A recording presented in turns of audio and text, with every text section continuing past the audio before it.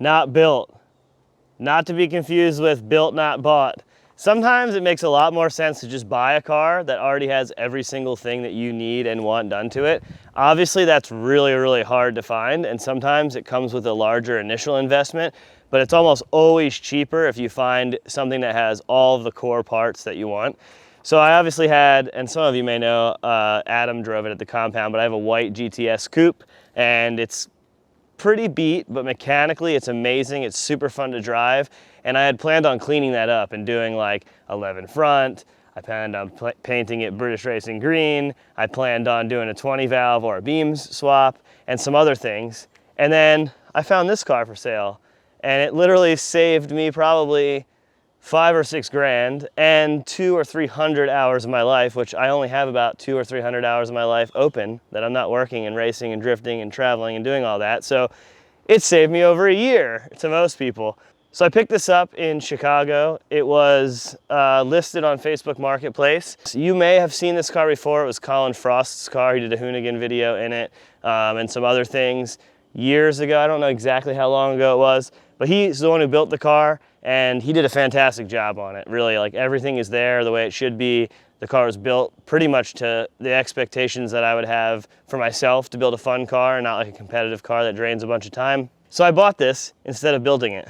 So first off, you'll notice it has 11 front end. This front end in sheet metal, which is what I wanted to do to the previous car, is like over $4,000 now in parts between the headlights, fenders, hood, and all that. I think the fenders are Origin, the hood is D-Max, and the aero kit itself is CYB, which is a company in Japan. Just these headlights are nearing $1,000 for the pair without any brackets or anything, without corner lights. Like, the price of this stuff is getting absolutely insane.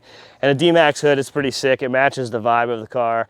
I really like the front bumper, especially how it kind of tucks itself back up to the radiator, so it's funneling air directly to the radiator. It's British Racing green, which was the plan to paint my car British Racing green anyway. So we were halfway there, except it has a spray painted Panda kit on it right now.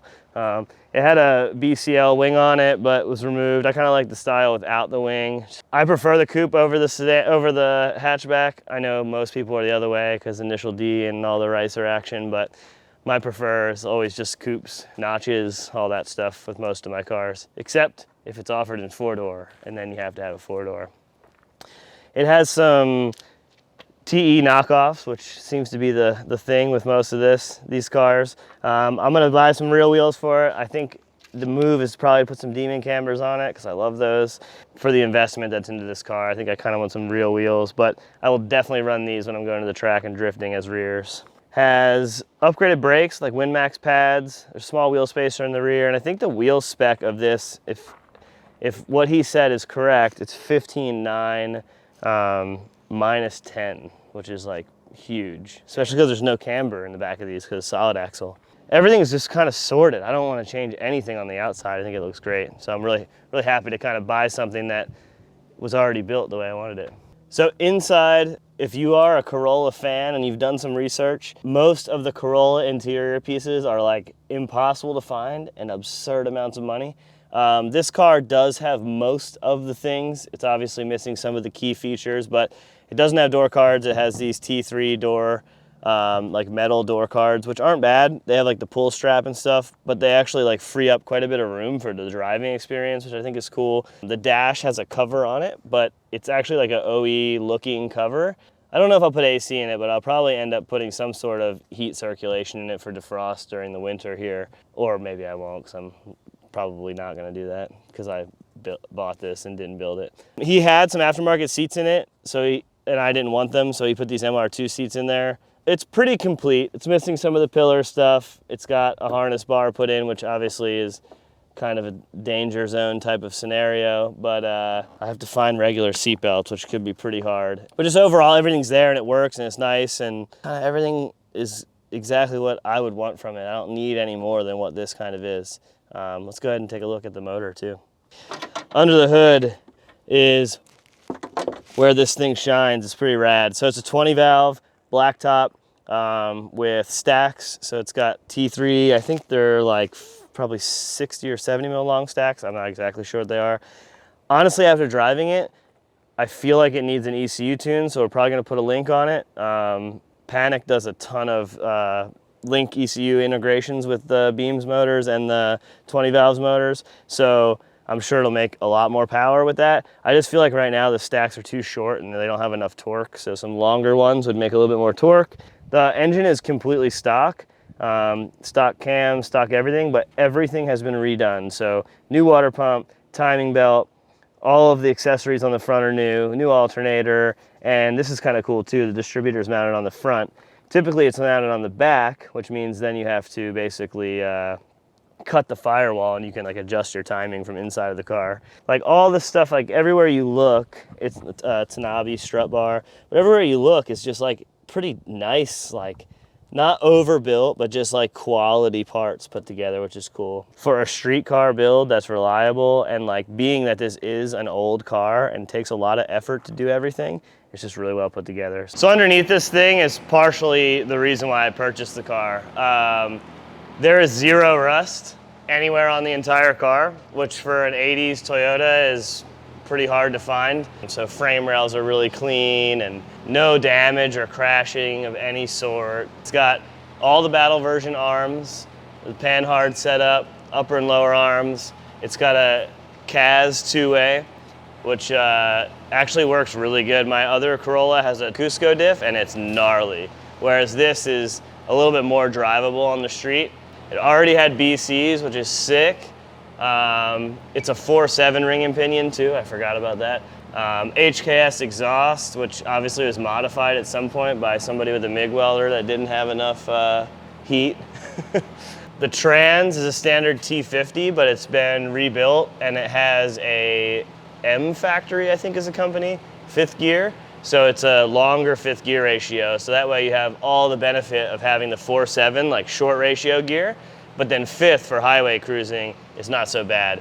80 is about 4,000 RPM, 3,900, which is pretty reasonable. Normally it would be about 4,700. So it drops RPM quite a bit and probably saves oil consumption quite a bit. At some point somebody did a header for this. It's the company that builds the header itself is Silk Road, but they made like a mid pipe here that's like TIG welded and kind of fancy, and then they put a flex pipe in it and heat shield, and then heat shielding on the chassis too.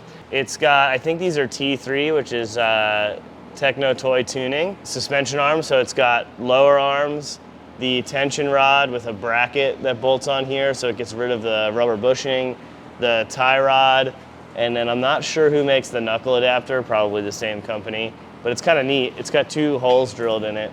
So this would be like a road driving regular setup, and then this would be like more of a drifting setup because it's shorter, which means every little bit of steering input you give it allows it to have more steering angle. It's got roll center correctors, and basically what that does is drop the knuckle down so it helps better set up the bump steer and gives the hub a little bit different of a geometry, so it like lowers the car without changing the geometry of the lower arm. And this is like I said, this is the first time I'm going over all this, so I'm just absorbing it all right now. Yeah, super clean underneath, and finding these cars in this condition nowadays is extremely hard. So to be able to find one that had all of the parts that I wanted, especially in the chassis side of things and all the work already done, saves me a ton of time and money. So since I just drove this thing back from the Chicago area, I'm gonna do a nut and bolt check because I wanna go drive it today. Obviously we drove it this far. I felt a couple little things that were loose in the front, but nothing that was disastrous.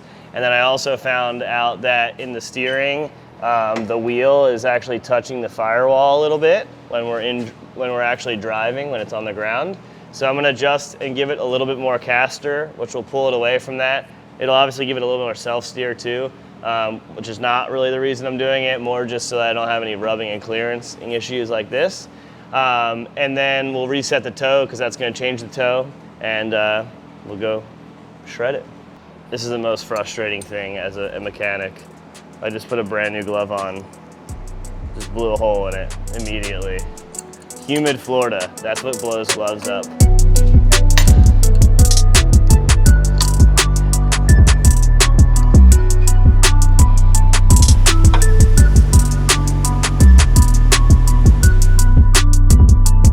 So small tech tip, when you're doing Heims, you want to make sure they're centered when you tighten it down.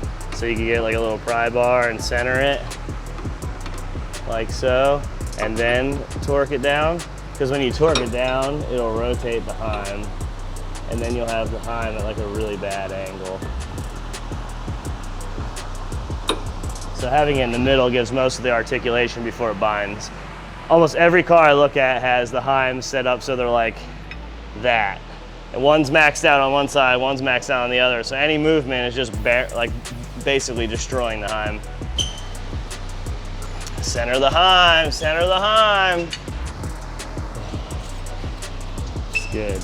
Okay, so obviously the seat that came in here was not ideal. So we're gonna throw a Recaro velour in there. I feel like it's the seat that should be in there. It's like, you know, Euro seat, but a lot of the Japanese use it. I feel like a lot of Corollas back in the day had this very similar seat in it. So we're gonna go ahead and pop this in there. And when I bought the car, he had a seat bracket for it already. So hopefully this just bolts on, put it in there, and we're ready to go.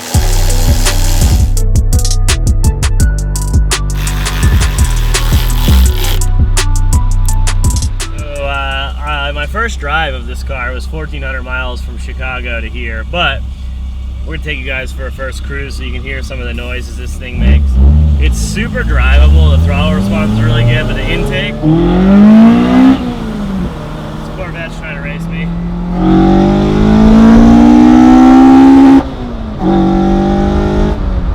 It's so good, and like, it's not super exhaust loud, it's all induction loud, so that's cool.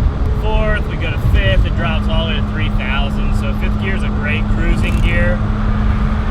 Like I said, it's like all the way, the thing's just stock ECU, so it's super snappy, super responsive, but it's super rich and it could use a lot more like fine tuning. So in the future, I see myself putting a link in this thing and probably some cams, and I think it'll be pretty much right where we want it.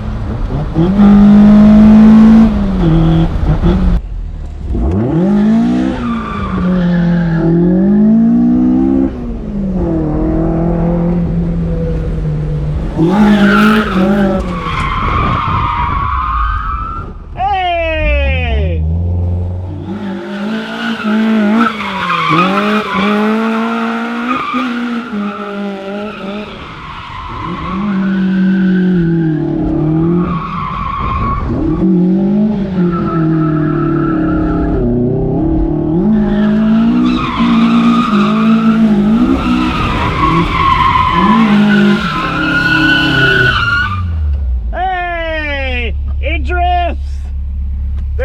Does not work at all though.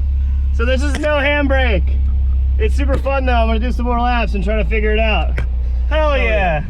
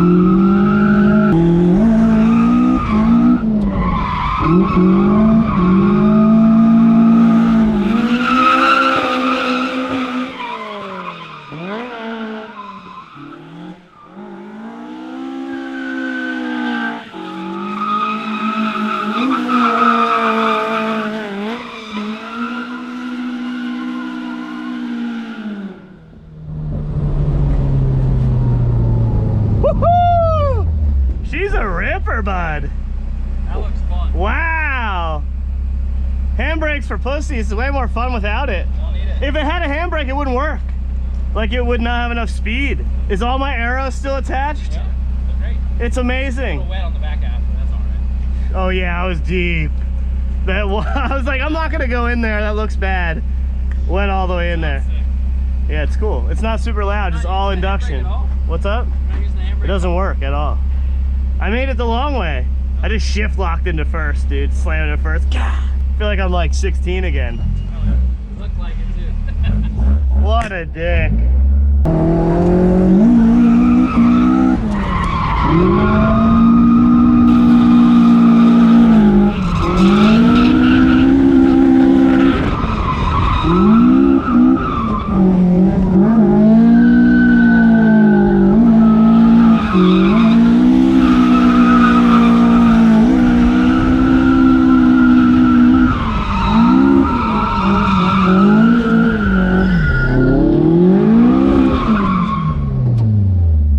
Car ever.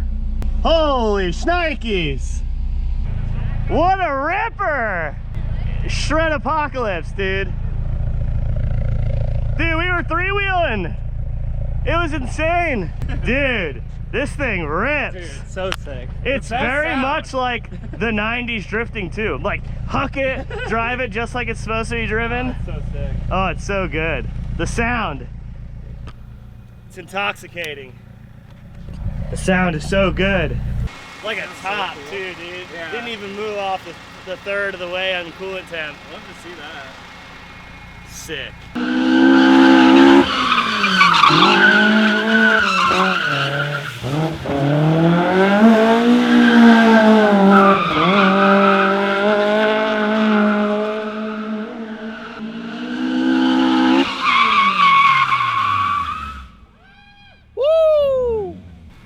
A little bit sketchy, huh? No handbrake thing got me that time.